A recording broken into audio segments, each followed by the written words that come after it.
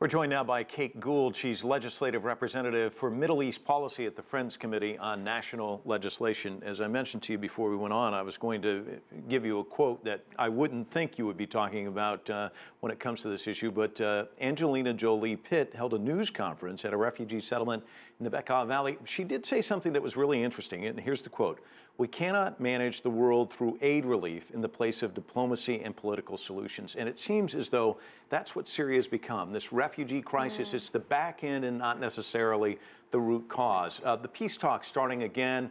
Again, there's so much pessimism, but really that's the key, isn't it? A political solution is the only answer. Certainly. And we're seeing more momentum for diplomacy than we've seen in all 5 years of this vicious war. I mean, we've seen this dramatic drop in the casualty count. And during the cessation of hostilities brokered by the U.S. and Russia, we're seeing the partial withdrawal of Russian forces, and then we're also seeing that there's optimism on both sides, that these Geneva talks have been convened and the proximity talks are going forward, and we're hearing some optimism and also some real recognition of the fact that there is no other way forward, that the UN envoy has said there is no plan B. It's this, or we go into an even worse war. And Secretary of State John Kerry traveling to Russia next week to meet with Russian President Vladimir Putin. It seems as though the U.S. and Russia are still trying to paper over their differences, but they seem like they are reaching some common ground in terms of they want a settlement there. Exactly. This is certainly a step in the right direction. And the Russian announcement, Russia is going ahead with withdrawing part of its forces, that shows that they're interested in some sort of de-escalatory measure, perhaps to put some pressure on the Assad regime, to get them to get to a deal. And the U.S. could respond to this measure, and we'll have to see whether the U.S. does, but by de-escalating on its own terms as well, perhaps reining in some of its weapons shipments to the opposition in Syria. That would be a signal, certainly, that in the right direction, that the U.S. wants to see this diplomatic process succeed. I was reading today, Geneva, opposition officials at the talks brought up the issue of detainees in government jails. And the reason I bring that up is because what we don't think about is the layers and layers of issues that have to be resolved. And I was thinking back, the FARC and the Colombian government started their talks in Havana back in, I think it was 2012, November of 2012, stuff like agrarian reform. I mean, there's so much to cover. People really kind of hanging their hopes on this, but it takes a long time to work its way through all these layers, doesn't it? It does, but every sign of progress means more lives are saved. So we saw that when there's international will, that there's a way, and that when there was the agreement just on Syrian chemical weapons, and that was successful in its own right and did make Syrian civilians safer.